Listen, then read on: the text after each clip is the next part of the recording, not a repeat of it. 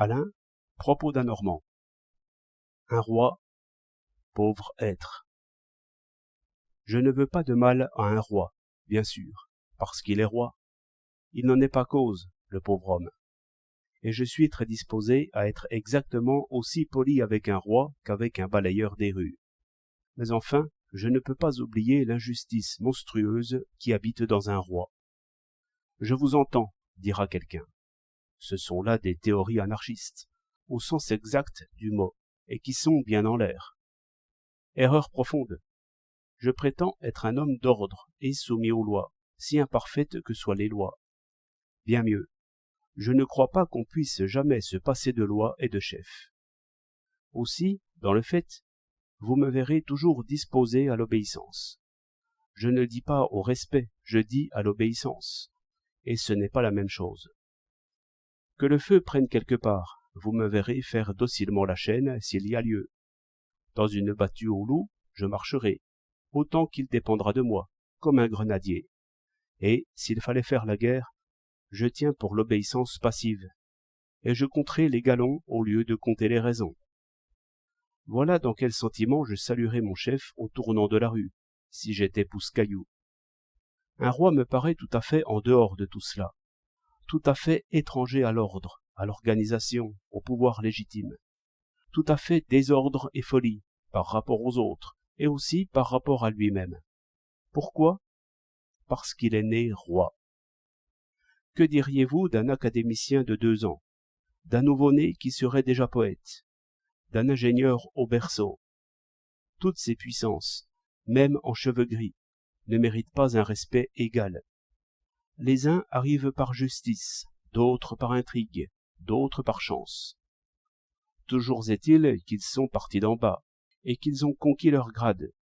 J'entends bien qu'il y a des riches qui sont nés riches. Aussi n'ai-je point du tout de respect à leur montrer. Mais enfin la richesse est, surtout dans ce cas-là, extérieure à l'homme. Je crois que l'on peut voir de bons riches. Je ne crois pas qu'on puisse jamais voir un bon roi. Être au biberon est déjà respecté. Avoir pour destinée, dès les premières lueurs d'intelligence, de représenter un peuple. Être formé à ce métier-là, lire, réfléchir, juger, voyager, s'exercer aux armes, aux sciences, à n'importe quoi, avec cette perspective devant les yeux, savoir qu'on sera le premier. Savoir cela, même si l'on travaille sincèrement à s'en rendre digne, c'est voir la vie à l'envers.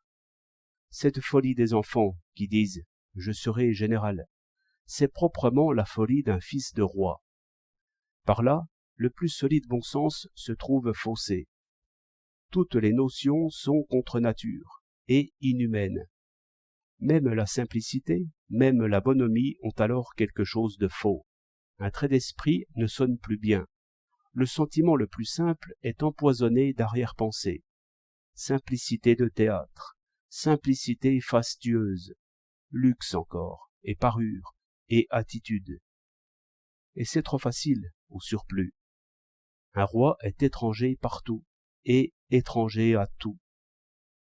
Un homme qui s'est fait lui-même, si haut qu'il aille, et quand il serait Napoléon le Grand, a tout de même des idées d'homme, puisqu'il a été homme. Il aura des retours de jeunesse, des souvenirs non couronnés, des parties de vie humaine, une expérience réelle, une enfance libre, un peu de naïveté enfin. Encore mieux s'il a vendu de la cotonnade ou de vieux papiers. Il a pris un bain de vie humaine, c'est un homme. L'autre est à peine un homme. Nous nous moquons d'un fou qui se croit fils de roi, mais être fils de roi, en quoi cela est-il plus raisonnable et plus digne d'un homme?